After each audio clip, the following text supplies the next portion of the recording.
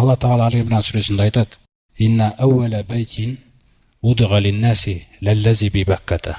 Жер бетіндегі ең әуелгі Алла Тағаланың мешіті ол осы Меккедегі мешіт дейді, тұрғызылған. Ең әуелгі мешіт. Бұл дағы Ибрахим кейін осын келіп қабырғасын көтерді.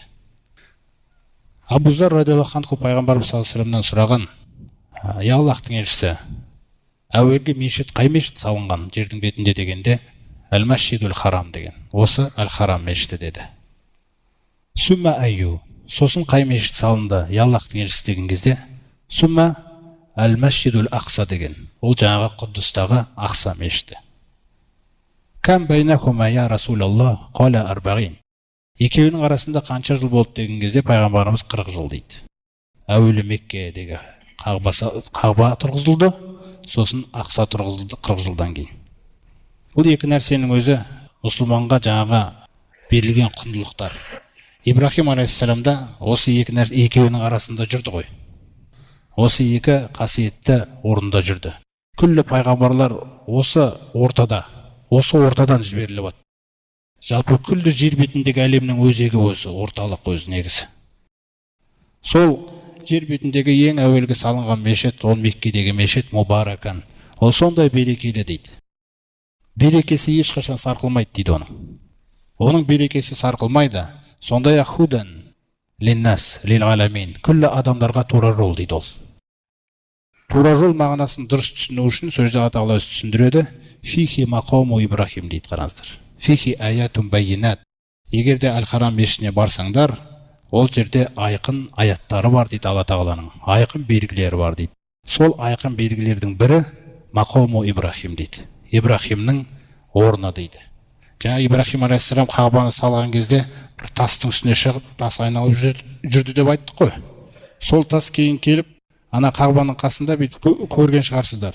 Шынымен қапталып жасалған, соның астында жатыр сол. Сол тас солай қойылған да ол жерде. Бұл Ибрахимнің орны. Ибрахимнің дұға жасаған орны бұл. Бұл Исмайылдың орны. Исмайылдан кейін пайғамбарымыз саллаллаху алейхи вассаламды Алла Тағала енді жіберіп, Ибрахимнің сиырын қайтадан жаңартайын деп тұр. Қайтадан жаңартып, Ибрахимнің діні қандай болған нәрсесінің, қандай болғанының өзін сол кезде бірақ көрейін деп тұр ғой адам. Ана буындар жуып кеткенде, қанша буын өткен кезде Ибрахимнің шын мәнінде ұстанған діні, иман тұрғысынан, құлшылық тұрғысынан, қаржылық рәсімдері тұрғысынан қандай болғаны ұмытылып кеткен, ауысып кеткен, өзгеріп кеткен. Міне осы Қағба. Сол жерде Алла Тағаланың айқын аяттар бар. Мақому Ибрахим, Ибрахимнің орны дейді ол. Сосын мынандай уәдені береді, қараңыздар. Уәмен дахалаху кана амина. Кімде-кім осы Әл-Харам мешітіне кірсе, аман болады дейді. Сол үшін не істеді Алла Тағала? Сол үшін валиллахи аля наси хиджул байти ман истата илейхи сабила. Адамдардың мойнына парыз етілді. Алла үшін кімнің шамасы келсе жол жүруге қажылық парызы дейді. Қажылыққа барған кезде жаңағы тарихта жаңағы орындарды көзбен көресіз ғой, жаңа айтылып жатқан нәрсені. Қағбаны, Ибрахимнің жаңағы орны, Сафа мен Марваның арасы. Ал енді кімде-кім дейді Алла Тағала, уәмән кафара. Кімде-кім мойындамайтын болса, мені де, менің айтқан Құранымдағы парыздарымды да, тыйымдарымды да, фа инналлаха ғанийюн анил ғаламин. Сөзсіз онда Аллах Тағала күллі әлемдерге мұқтаж емес дейді. Сондықтан бұл орын Алла Тағала Хаж сүресінде айтқандай, милләту абикум дейді, Ибрахим. Ей адамзат, аталарың Ибрахимнің жолы осы дейді өзі. Аталарың болған Ибрахимнің жолы осы. Хуа саммакумул муслимина мин қаблу. Ол сендерді бұрын да мұсылман деп атаған дейді. Уафи хаза, сондай-ақ осы Құранда да сендерді мұсылман деп атаған. Сосын айтады, лиякунар расулу шахидан алейкум. Аллахтың елшісі сендерге куә болу үшін дейді. Қараңыздар. Алла Тағаланың елшісі сахабаларды дайындап тәрбиелегеннен кейін дүниеден озатын кезінде күллі аманатты тапсырып, аманатты тапсырдым ба, үмбетім, тапсырдыңыз деді. Аллахумма фашхат деген. Қараңыздар. Пайғамбармен екі арадағы байланысты қараңыздар. Аллахым куә бол. Енді бұлар бұзатын болса, менің ол жерде жаңағы нем жоқ деп отыр пайғамбарымыз. Сондықтан мынау сендер үшін куә болады деп айтпайды жаңағы аятта. Міне, сендердің үстілеріңнен куә болу үшін елшіні жібердік дейді. Сол секілді бізге тапсырылған нәрсе ватакуну шухада аланнас. Ал сендер күллі адамзатқа, ей Мұхаммедтің үмбеті, сендер күллі адамзатқа куә боласыңдар дейді. Куә деген нәрсе қарап жүресің бүйтіп. Жамандық істеп жатсың, неге істеп жатсың? Жақсылыққа шақырып, жамандықтан тыйып дегендей нәрсе. Сондықтан сендерге айтарым дейді Алла Тағала бізге: фаақимус солата, 5 уақыт намазды тұрақты оқыңдар. Ва атуз заката, зекетті төлеңдер. Ва атасиму билла, сондай-ақ Аллаға байланыңдар дейді. Алла Тағалаға байланыңдар, беріліңдер, ұстаныңдар. Хуа маулакум дейді. Қай жерде өмір сүріп жатсаң да, ей Мұхаммедтің үмбеті, қай ұлт болсаң да, ей пайғамбардың үмбеті, сендердің негізгі иелерің Алла ғой дейді. Фани'мал маула ва ни'ман насир. Қандай жақсы ие дейді ол Алла, және қандай жақсы жәрдемші дейді. Сондықтан Ибрахимнің өмірі, жаңағы салынып кеткен қаншама жаңағы мысалы еңбектер, олардың бәрі босқа істелген жоқ қой. Буыннан буынға тапсырылып отырылатын нәрсе да. Әке мен баланың арасындағы нәрсенің өзіне келетін болсаңыз, Исмаил мысалы жаңағы Ибрахим алейхиссаламға Алла Тағала түсінде көрсетіп, түсінде бұйрық береді. Исмаил алейхиссаламды құрбандыққа шалу. Алла Тағала біледі не бұйырып жатқанын. Бірақ адам бірден жаңағы бұйырылған бұйрықтың өзін ғана ойласа, мысалы, ол адам сабыр ету керек. Адамның сабырлығы, Алламен бірге деген сабырлығы, адам білу керек. Алла Тағаланың айтып жатқан нәрсесі дұрыс. Ол біледі не айтып жатқанын. Сен кішкене сабыр етсең, көресің оның нәтижесінің сен ойлағандай емес, басқа нәрсе болатындығын. Сонда жаңағы Исмаил баласын құрбандыққа шалу бұйрығы кетеді. Ойлаңыз қандай нәрсе. Сүйген баласы қартайған кезінде өз айтып жатыр: Алхамдулиллахи аллази вахаба ли алал кибари Исмаила ва Исхақа. Алла Тағаланы мақтаймын, қартайған шағымда Исмаил мен Исхақты маған берген дейді. Қартайған шағында берілген ұл бала Исмаил, қанастыр. Ол Исмаилға үміт етіп жүрсің сен. Көрдіңіз ба? Тәрбиелеп жатсың, жақсы көресің оны. Сосын жаңағында бұйрық кетеді. Исмаилды құрбандыққа шалу керек. Бұл жерде Алла Тағаланың айтып жатқаны тікелей мағынадағы нәрсе емес. Мына жерде мысалы айтайық, бізге сүйген нәрсеңді мен үшін жұмсай аласың ба деп жатыр ғой. Сонда жаңағы әкетайым, бұйырылған нәрсені орындаңыз. Алла қаласа мені сабырлардан табарсыз дейді. Екеуі сөйтіп жаңағы бұйрықты орындауға барып, Ибрахим алейхиссалам баланы Исмаилды жатқызып, сонда бір риуаяттарда айтады: әкетайым, мені етбетімнен жатқызыңызшы. Сіз бұйрықты орындайын деп жатқан кезде мен көзім өзгеріп кетпесінші сізге қарай дейді. Сонда жаңағы пышақты қолға алған сол екен, бұл емес екен Алланың қалағаны. Бұл жерде Алла Тағаланың көрсететін нәрсесі: сен маған сенесің ба дейді. Мен айтып тұрған істің дұрыс екеніне сене аласың баяғына дейін. Жоқ әлде күмәнданасың ба? Үзіліп қаласың ба дейді жолда. Сондықтан жаңа балаға сол нәрсені бұйрықты орындайын деп жатқан кезде Алла Тағала тарапынан бір періште жіберіліп шақырылады ғой: ей Ибрахим, түстегі бұйрықты расқа шығардың. Сөйтіп сол жерде жаңағы бұйрық орындалу керек. Бірақ сөйтіп бір қошқарды түсіреді Алла Тағала.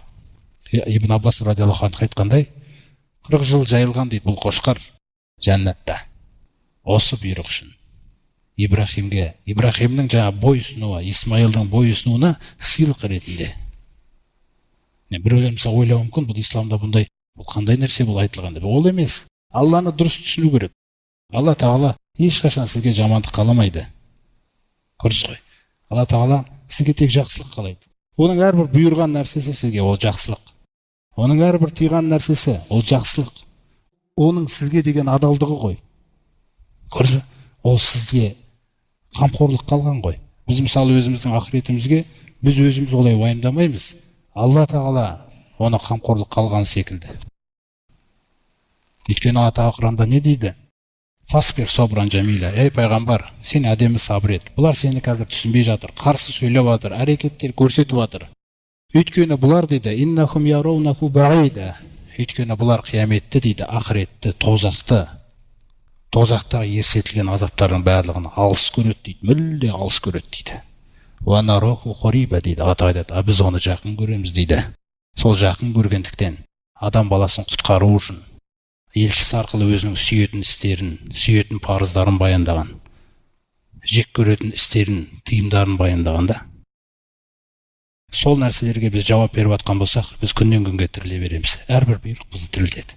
Намаз деді ма, намазды алдық, біз тіріле бастадық. Зекет деді ма, егер малыңыз болып жатса, зекетті аласыз. Одан кейін ол көп қой. Ата-анаңа туф деме дей ма?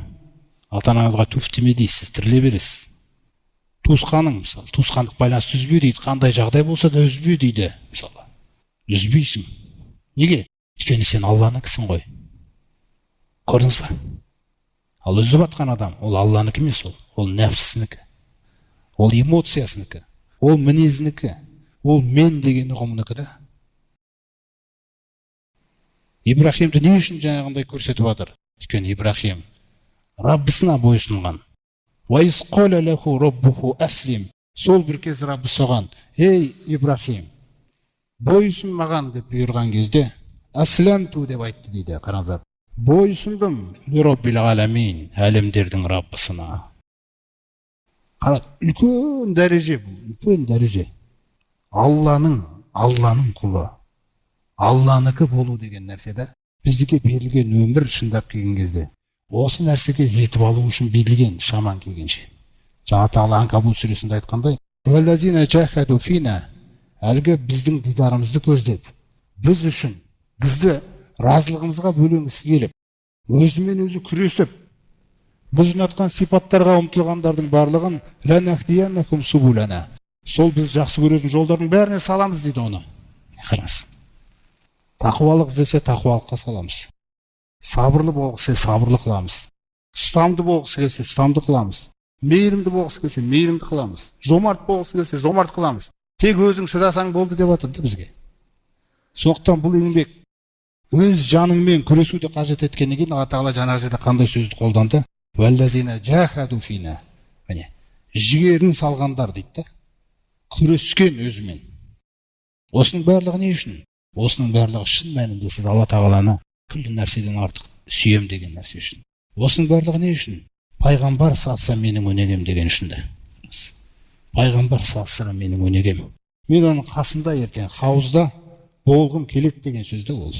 Сондықтан Алла Тағала еңбекті парыз қылғанда, дүниеде де қалай табыс еңбексіз келмейді, ақыреттің, жәннаттың табысы да ол еңбексіз келмейді.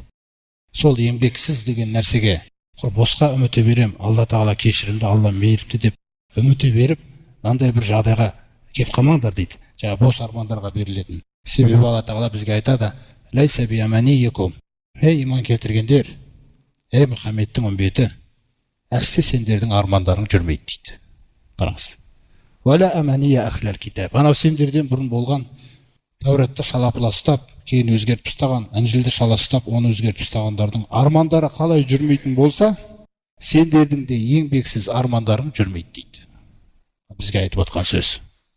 Сондықтан Ибрахим алейхиссаламның бұл жерде орнына айтылатыны, бұл мағынада қайта-қайта айтып отқаны бізге Құранда да Алла Тағала Ибрахим алейхиссаламды көп айтады осы мәселеде.